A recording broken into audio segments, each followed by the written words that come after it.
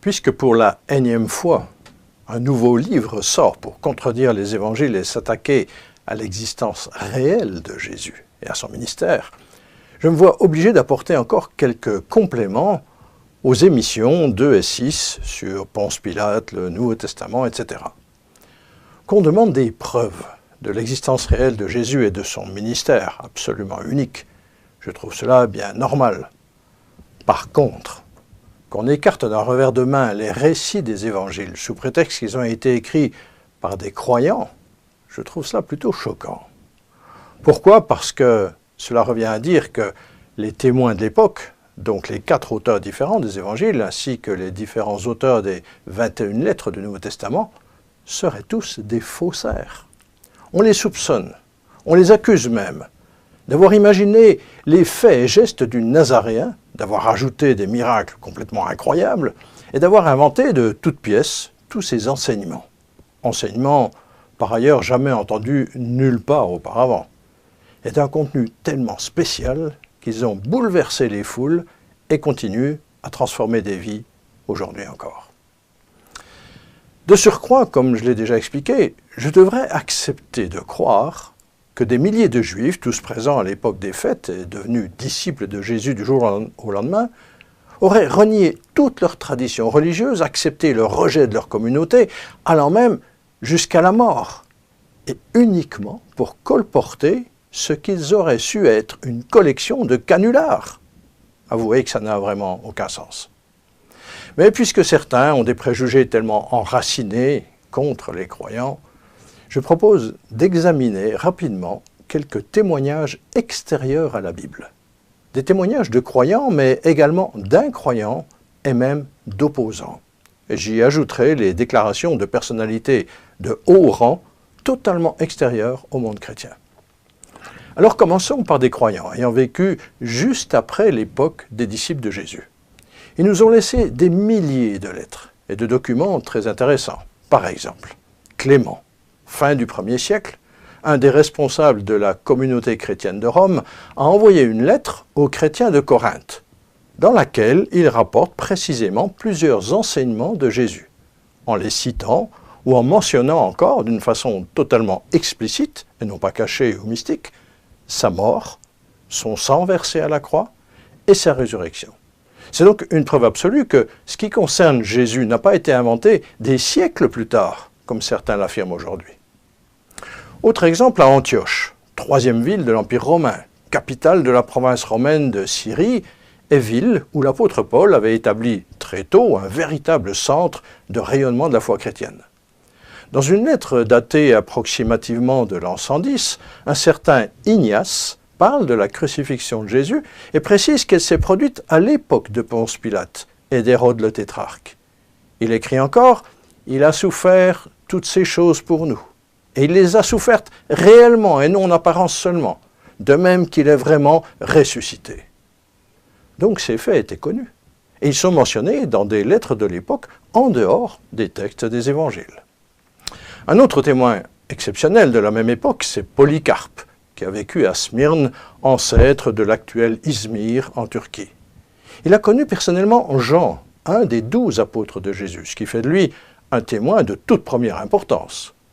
Autour des années 130, il écrit à une église macédonienne et sa lettre contient plusieurs enseignements de Jésus, parle de sa crucifixion et surtout cite des passages de tous les livres du Nouveau Testament. C'est extraordinaire, parce que cela démontre que les 27 livres qui composent le Nouveau Testament, évangiles compris, étaient déjà rédigés et circulaient donc déjà depuis longtemps, un peu partout. En clair, cela confirme une fois de plus que les récits concernant Jésus avaient été mis par écrit alors que les témoins oculaires étaient encore vivants. Et encore une fois, personne ne change radicalement de vie en se basant sur un récit qu'il sait être une pure invention. Et il faut également ajouter que Polycarpe lui-même est mort, martyr, brûlé vif, pour avoir refusé de renier la vérité. C'est parlant, n'est-ce pas? Un autre encore doit être également cité. Il s'agit de Justin Martyr, un philosophe d'abord athée qui est devenu chrétien par la suite. Il a laissé plusieurs textes vers les années 150 dans lesquels il défend par exemple la réalité de la résurrection physique de Jésus. Et ce qui est remarquable, c'est que pour appuyer ce qu'il dit, il s'appuie sur des exemples concrets, connus, de personnes que Jésus avait ressuscitées. C'est donc que Justin en connaissait. Vers la fin du tout premier siècle, un certain Papias de la ville de Hiérapolis en Asie mineure écrit « S'il venait quelque part quelqu'un qui avait été dans la compagnie des anciens, je m'informais des paroles des anciens. Ce qu'ont dit André ou Pierre ou Philippe ou Thomas ou Jacques ou Jean ou Matthieu ou quelque autre des disciples du Seigneur. » Et il ajoute « Je ne pensais pas que les choses qui proviennent des livres me fussent aussi utiles que ce qui vient d'une parole vivante et durable. » Nous avons donc ici le témoignage d'un chercheur de vérité de l'époque qui ne se contentait pas de ce qu'il pouvait lire, mais cherchait à connaître de première main, si on peut dire, les paroles mêmes des disciples de Jésus. On est donc très loin des supposées inventions tardives brandies par ceux qui s'acharnent contre les évangiles. On peut encore citer Quadratus, un des responsables de l'église d'Athènes, qui a adressé une lettre à l'empereur de Rome, Hadrien, dans les années 120-130. Il écrit « Mais les œuvres de notre Sauveur étaient toujours présentes, car elles étaient authentiques. Ceux qui ont été guéris et ceux qui ont été ressuscités d'entre les morts, qui ont été vus non seulement quand ils ont été guéris et quand ils ont été ressuscités, mais qui étaient toujours aussi présents. Et pas seulement pendant que le Sauveur était sur terre, mais aussi après sa mort. Ils ont été vivants pendant un certain temps, de sorte que certains d'entre eux ont vécu jusqu'à nos jours. » Encore un témoignage très clair qui ne fait que répéter ce que d'autres savaient et disaient. Et parmi les milliers de lettres et fragments retrouvés, il ne faut pas oublier la Didaché, un célèbre recueil d'enseignements qui a circulé très tôt parmi les chrétiens du 1er siècle. Tout en donnant des instructions aux croyants, il récite certains enseignements de Jésus et explique par exemple comment célébrer le souvenir de sa mort, de sa résurrection. Mais ce qui est encore plus frappant, c'est que même des gens totalement étrangers aux événements, incroyants, voire opposés au christianisme, nous ont laissé eux aussi des témoignages impossibles à ignorer. Ils sont évidemment moins nombreux, mais ils existent réellement et ils ne font qu'apporter de nouvelles confirmations. Par exemple, Origène cite Phlégon de Tralles. Phlégon était un historien séculier, un historien non chrétien, auteur des Olympiades et de divers récits de l'époque d'Adrien vers 150. Voici ce que rapporte Origène. Or, Phlégon, dans le 13e ou 14e livre, je crois, de ses chroniques, a non seulement attribué à Jésus la connaissance des événements futurs, mais il a également attesté que le résultat correspondait à ses prédictions. Et ailleurs, Jésus de son vivant ne s'est pas aidé lui-même, mais qu'il s'est levé après la mort, qu'il a montré les marques de son châtiment et qu'il a montré comment ses mains avaient été transpercées par des clous. Surprenant de la part d'un historien non chrétien. Ce n'est pas tout. Thallus, un autre auteur, également non chrétien, a écrit son œuvre vers 55, dont seulement 25 ans après la crucifixion. Son écrit a été perdu, mais il est cité par Julius l'Africain. Voici ce que Julius écrit pour démontrer la réalité des événements extraordinaires survenus lors de la crucifixion. Le monde entier fut envahi par des ténèbres épouvantables. Les rochers se déchirèrent sous l'effet d'un tremblement de terre, et de nombreux endroits de la Judée et d'autres régions furent renversés. Ces ténèbres, Thallus, dans le 3e livre de son histoire, les appelle, comme il me semble sans raison, une éclipse de soleil. Fin de citation. Julius rapporte donc la confirmation par un non-chrétien des événements extraordinaires qui se sont produits lors de la crucifixion et qui font écho au récit des évangiles. Cels est encore un autre philosophe qui, lui, a cherché à ridiculiser la foi chrétienne dans son « logos aletes » ou « discours véritable ». Son accusation des chrétiens est rapportée elle aussi par Origène. Né dans un village juif d'une pauvre femme du pays qui gagnait sa vie en filant, et qui fut chassée par son mari, charpentier de son état, parce qu'elle avait été convaincue d'adultère, elle donna honteusement naissance à Jésus, enfant illégitime, qui s'étant engagé comme serviteur en Égypte à cause de sa pauvreté, et ayant acquis des pouvoirs miraculeux, revint dans son pays tout joyeux de ses pouvoirs, et se proclama Dieu au moyen de ceux-ci. Ce passage est vraiment extraordinaire, parce qu'en voulant attaquer le christianisme, Cels confirme en fait l'existence de Jésus et s'évertue même à trouver une explication alambiquée à sa naissance et même à ses miracles. Il a voulu détruire la foi chrétienne, mais par son écrit, il a confirmé en fait la réalité historique de Jésus et la réalité de ses miracles. À la même époque, alors que le monde romain est totalement imprégné de mythologie grecque, on peut encore citer un autre auteur grec, satirique, Lucien de Samosate. Dans La mort de Pérégrin, rédigé vers 170, il écrit « Les chrétiens, vous le savez, adorent encore aujourd'hui un homme, le personnage distingué qui a introduit leur nouveau rite et qui a été crucifié sur ce compte. Il leur a fait comprendre qu'ils étaient tous frères à partir du moment où ils se convertissent, renient les dieux de la Grèce, adorent le sage crucifié et vivent selon ses lois. » Cette fois encore, c'est un adversaire du christianisme qui, loin de remettre en question la réalité historique de Jésus, indique clairement qu'il est à l'origine du christianisme et confirme tout aussi clairement qu'il a effectivement subi la crucifixion. Parmi les personnages séculiers de premier plan figure même un gouverneur romain célèbre, Pline le Jeune, devenu avocat et sénateur qui avait étudié à Rome et dont l'oncle Pline l'Ancien avait été conseiller personnel de l'empereur Vespasien. Il est connu pour avoir décrit l'éruption du Vésuve qui s'est produite fin de l'année 79. Pline a adressé vers 113 une lettre à l'empereur Trajan dans laquelle il évoque l'attitude qu'il avait adoptée à l'égard des chrétiens. Il écrit « D'autres, dont les noms m'ont été communiqués par un informateur, ont d'abord dit qu'ils étaient chrétiens. Puis ils l'ont nié. Ils déclarèrent que la somme de leur culpabilité ou de leur erreur se résumait à ceci. Un jour donné, ils avaient l'habitude de se réunir avant l'aube et de réciter entre eux un hymne au Christ comme s'il s'agissait d'un Dieu. Et que loin de s'engager par serment à commettre un quelconque crime, leur serment était de s'abstenir de vol, de brigandage, d'adultère et de manquement à la foi. » C'est à peine croyable, n'est-ce pas? Ces chrétiens dignes de mort étaient en fait des citoyens exemplaires. Mais pour nous, ce que cette lettre confirme à nouveau, c'est que celui qu'il appelait le Christ avait bien existé, et que les chrétiens l'adoraient comme étant Dieu. Et on ne peut pas soupçonner ce persécuteur de chrétiens de vouloir confirmer l'Évangile. Un autre grand historien romain, Suétone, haut fonctionnaire romain, a rédigé vers l'an 120 un ouvrage sur la vie des 12 Césars, De Vita Caesarum.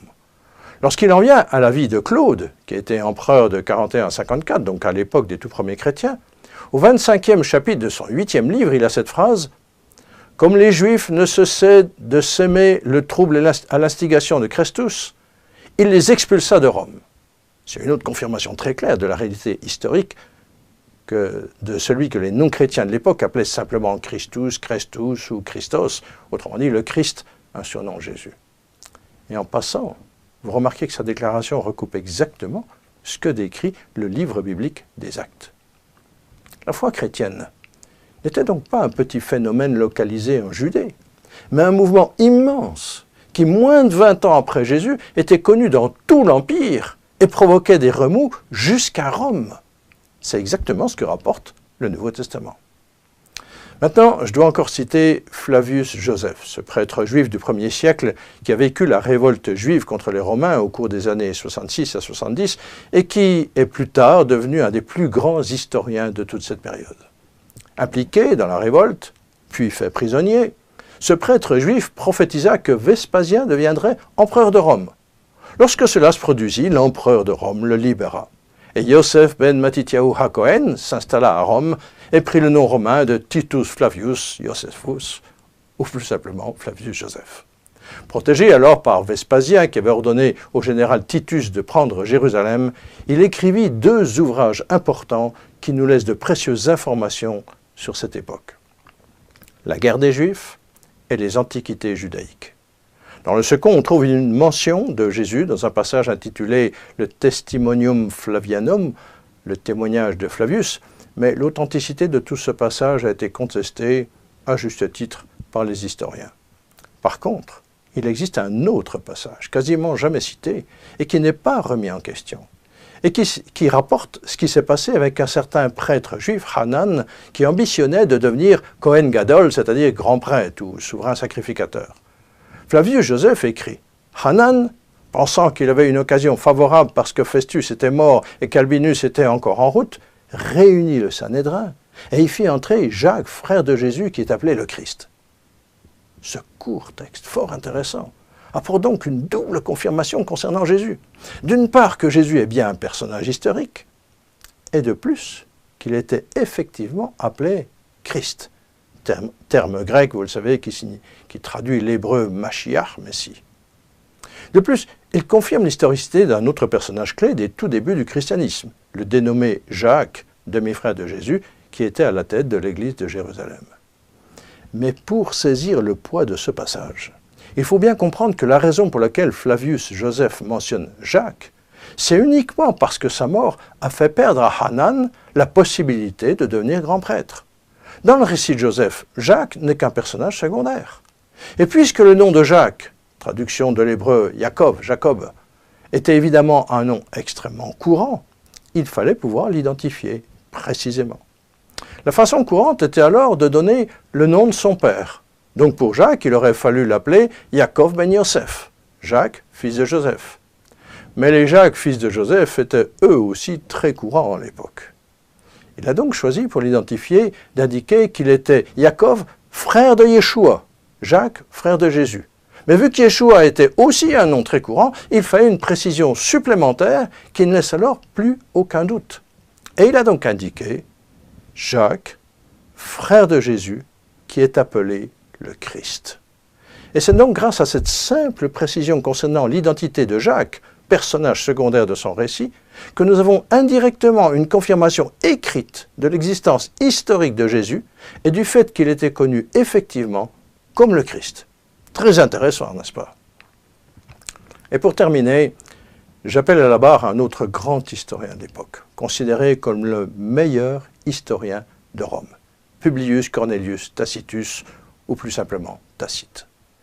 Tacite était entre autres sénateur romain et il nous a laissé notamment 2 ouvrages de référence sur l'histoire romaine et couvrant quasiment tout le 1er siècle. Les Annales, pour la période allant de l'an 14 à 68, et Historiae, des histoires, pour la période 69 à 96. On estime qu'il a écrit une trentaine de livres dans lesquels il rapporte non seulement quantité de faits historiques, mais il y décrit également les caractères, les mœurs et les vicissitudes des grands de son temps. Le passage qui nous intéresse tout spécialement est en rapport avec l'incendie de Rome, qui a éclaté en 64 avec le fameux Néron, empereur sanguinaire en fonction à l'époque. Voici ce qu'il écrit concernant ces gens qu'il méprisait et qu'on surnommait alors les chrétiens. Mais aucun moyen humain, ni largesse impériale, ni cérémonie expiatoire ne faisait taire le cri public qui accusait Néron d'avoir ordonné l'incendie. Pour apaiser ces rumeurs, il offrit d'autres coupables et fit souffrir les tortures les plus raffinées à une classe d'hommes détestés pour leurs abominations et que le vulgaire appelait chrétiens. Ce nom leur vient de Christus, qui sous Tibère fut livré au supplice par le procurateur Pontius Pilatus. Réprimer un instant, cette exécrable superstition débordait de nouveau non seulement dans la Judée, où elle avait sa source, mais dans Rome même, où tout ce que le monde enferme d'infamie et d'horreur afflue et trouve des partisans. On fit de leur supplice un divertissement. Les uns, couverts de peau de bête, périssaient dévorés par des chiens.